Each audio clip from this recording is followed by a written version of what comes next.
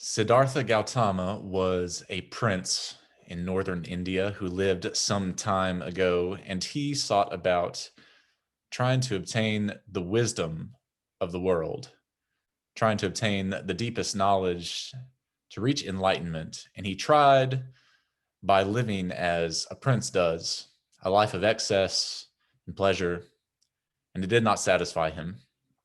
So then he lived the life of an ascetic monk, giving up all pleasures, denying himself anything that his body truly needed in hopes of finding enlightenment. And that did not work either. A life of extremes did not serve him. And so he found what Buddhists now call Mahayana, the middle path. And he resolved to sit underneath a tree and meditate until he discovered the meaning of life and the secrets of enlightenment. And it was upon this meditation that he did attain enlightenment and became a bodhisattva. And it is on December 8th in the Buddhist tradition that we celebrate Bodhi Day to remember the first Buddha who learned to let things go, to say no to some things, and found the answers he was seeking. It is a story that exemplifies what we call in theology the via negativa, or the negative way. It's a way in theology of understanding all the things that's divine is not. But it is also a way of focusing our minds and finding our values that are most important. That sometimes in seasons when we feel that we have to say yes to so much, but there's a real power and wisdom in learning to say no, in learning to be still, in learning to be silent.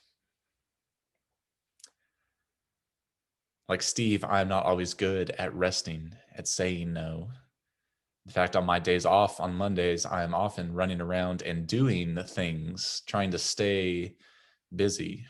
And a few weeks ago, after the rain, I decided it was time to move a tree in our backyard and to replant the roots. And I got out early in the morning and I started to work, and I got into a state where time seemed to slip away, and I was just digging and replanting and digging and replanting, digging down into the earth, tearing up roots from weeds, making space for new life. Before I knew it, it was getting dark outside. I'd entered into a state of contemplation without realizing it. And I think it is the closest that I have ever gotten to meditation, that feeling of being deeply rooted and connected beyond, but without recognition of my conscious self. I've often said that meditation is not my spiritual practice, but I think there are other ways to get into that space.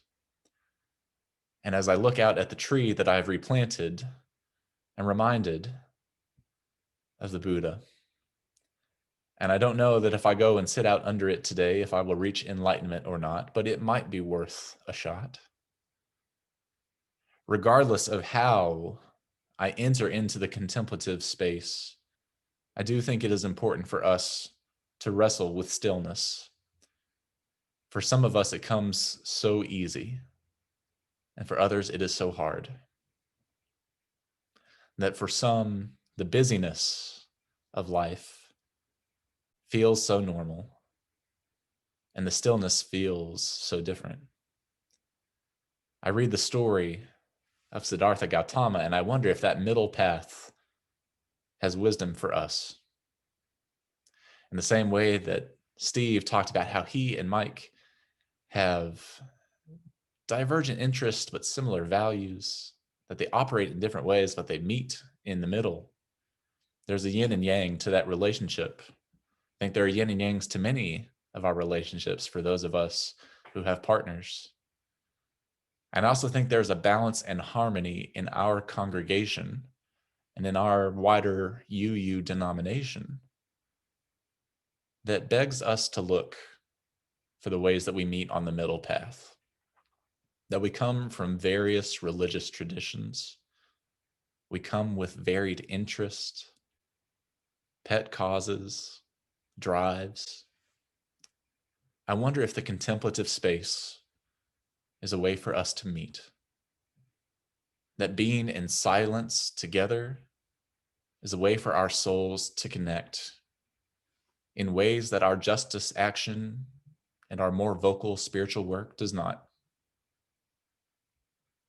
I think in tearing out the roots of the weeds and digging down into the ground, I found my contemplative space. And I think I am better for it. Today, we are talking about the privilege of breath. And as I reached down into the earth and my breath came sometimes easily, sometimes in gasps, I also looked up to see the Christmas lights hung around my backyard and thought about what it is to be in this time of going and waiting, of hoping and despairing, of wanting to get out and needing to stay put. And I thought about these Christmas lights that if you leave them on all the time, they burn out. Finding ways to rest, finding ways to direct my nervous energy into contemplative practice and perhaps into stillness, it's been a good practice for me.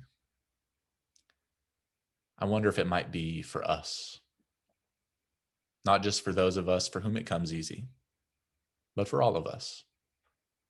There is a concept in Eastern philosophy and religious tradition of Jing, kind of energy that is rooted into the ground.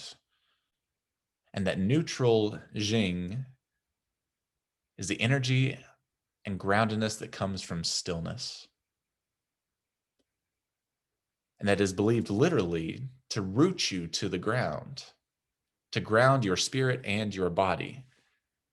And it is cultivated by the practice of what Lao Tzu calls not doing, the art of not doing. Practice not doing, and everything will fall into place. He writes, it is like putting down roots into the ground, like a tree. And that even though life is full of suffering, full of waiting, when we find roots in contemplative practices, whether by meditating, planting trees, sitting by the fire and listening to music, knitting, crocheting, praying, finding silence and stillness, it helps us to recognize the suffering, to see it in our own lives and in the lives of others,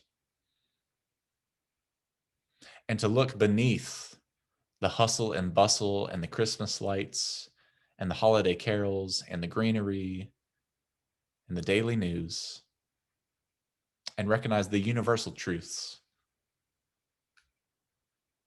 that the Buddha knows. That we are all connected, not just through our universal suffering, but through the human condition. And that underneath all of our divergent interests is this shared experience, what one Lama calls heartbreak. That underneath our different political opinions, underneath our different languages, cultural values, different religious traditions, there is the universal understanding of heartbreak, of grief, of suffering. And that in learning to say no to the things that might distract us, the things that distract me, from feeling the heartbreak of these times, in learning to say no to those things and trying to focus on simple tasks like breathing or planting a tree, and learning to connect to that contemplative space through the via negativa,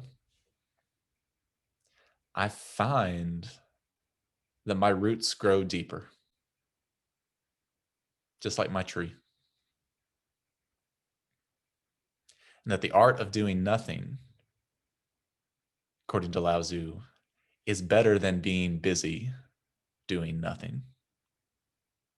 That cultivating that spiritual gift of presence and rootedness that we can find in silence actually helps us connect to one another more. Because we may not all pray, we may not all pray in the same way, we may not all have the same favorite music, the same hymns, we may appreciate different things from our varied services. But living one extreme or the other is not where the truth is. That finding the balance and the harmony in the middle path where we can all meet. That's where connection thrives. Perhaps that's in stillness. Perhaps that's in the chalice lighting. Perhaps that's in the silence and the chimes. I can't tell you how you might find that contemplative space. I can tell you I have found it to be valuable, even when it is challenging.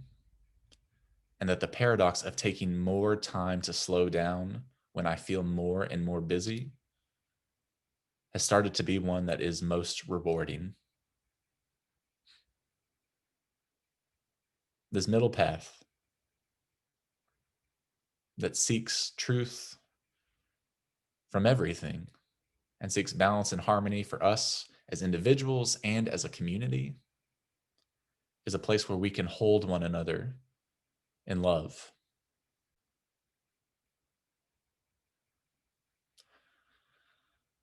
I don't know if I will find enlightenment when I go and sit beneath my tree, but I might.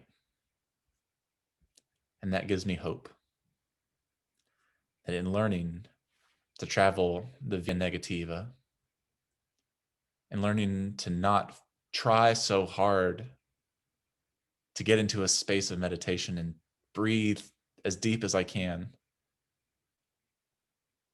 rather on learning to say no to the distractions, to worries, to anxieties and insecurities, and feeling like I'm not good enough, I'm not doing enough, I'm not productive enough.